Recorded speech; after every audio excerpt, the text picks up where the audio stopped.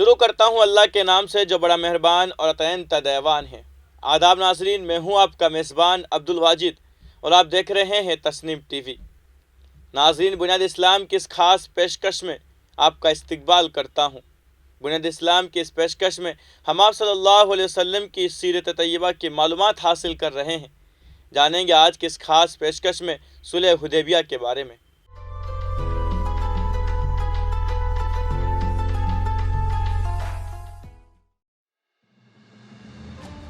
حضرت عثمان رضی اللہ تعالیٰ عنہ کو قریش کے پاس قاصد بنا کر بھیجا گیا اور حضرت عثمان رضی اللہ عنہ کو وہاں قیدی بنا لیے، اور مسلمانوں میں یہ خبر پھیل گئی کہ وہ شہید کر دیے گئے ہیں۔ آپ نے لوگوں کو ایک پیڑ کے نیچے اکٹھا کیا، پھر ان سے لڑنے مرنے کا عہد لیا۔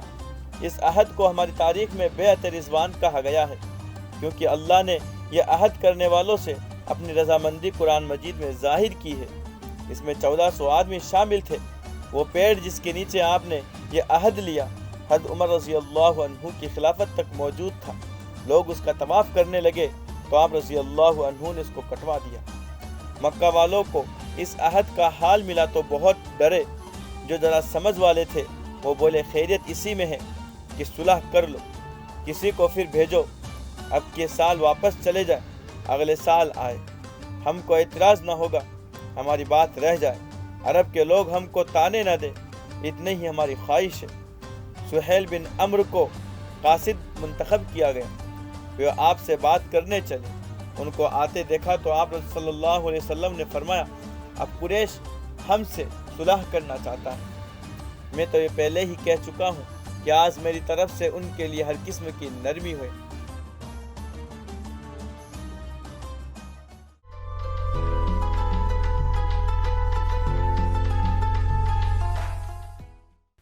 صلح ہو گئی، اور صلح میں یہ بات طے ہوئی کہ اس سال مسلمان بنا کعبہ کا طواف کیے واپس چلے جائیں۔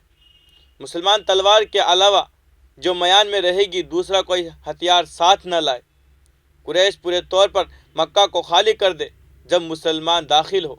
طواف کے لیے 3 دن سے زیادہ نہ رکے۔ 10 سال تک کوئی لڑائی نہیں ہوگی، راستے محفوظ رہیں گے۔ قریش کا کوئی آدمی اپنے خاندانی لوگوں کی رائے کے بغیر مسلمانوں کے پاس آ جائے تو مسلمان اسے واپس کر دے، اور اگر کوئی مسلمان قریش کے پاس چلا جائے تو وہ اسے واپس نہیں کرے۔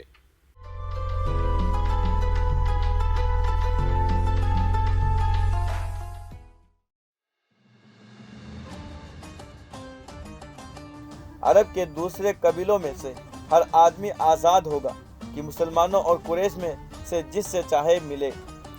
صلح کے اس حصے کے مطابق خواجہ کا قبیلہ مسلمانوں سے مل گیا اور بکر کا قبیلہ قریش سے۔ صلح نامہ ابھی لکھا ہی گیا تھا کہ حضرت ابو جندل رضی اللہ عنہ مسلمانوں کے سامنے آ کر کھڑے ہو گئے۔ ہتھکڑیوں میں جھگڑے ہوئے، پاؤں میں بیڑیاں پڑی ہوئی۔ یہ سہیل بن عمرو کے بیٹے تھے، مسلمان ہو گئے تھے اور اپنے دین کی وجہ سے خاندان والوں کا ظلم سہ رہے تھے۔ پتہ نہیں کیسے چھوٹ نکلے اور وہاں پہنچ گئے۔ سہیل فوراً اٹھا اور بولا، محمد صلی اللہ علیہ وسلم صلح نامہ لکھ چکا ہے، اب تم ان کو روک نہیں سکتے، انہیں واپس کرنا ہوگا۔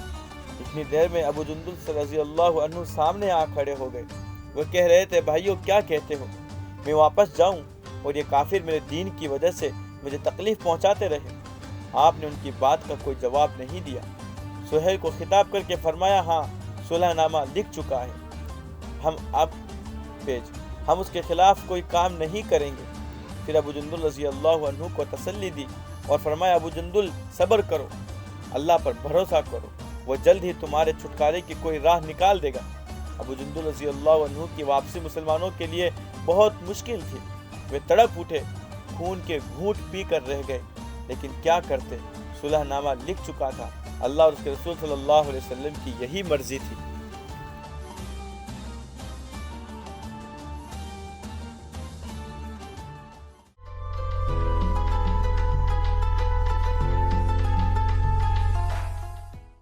آج کی اس خاص پیشکش میں بس اتنا ہی۔ اگلے ایپیسوڈ میں پھر حاضر ہوں گے، تب تک کے لیے دیکھتے رہیے بنیاد اسلام صرف تسنیم ٹی وی پر، آپ کے میزبان عبد الواجد کے ساتھ۔ اللہ حافظ۔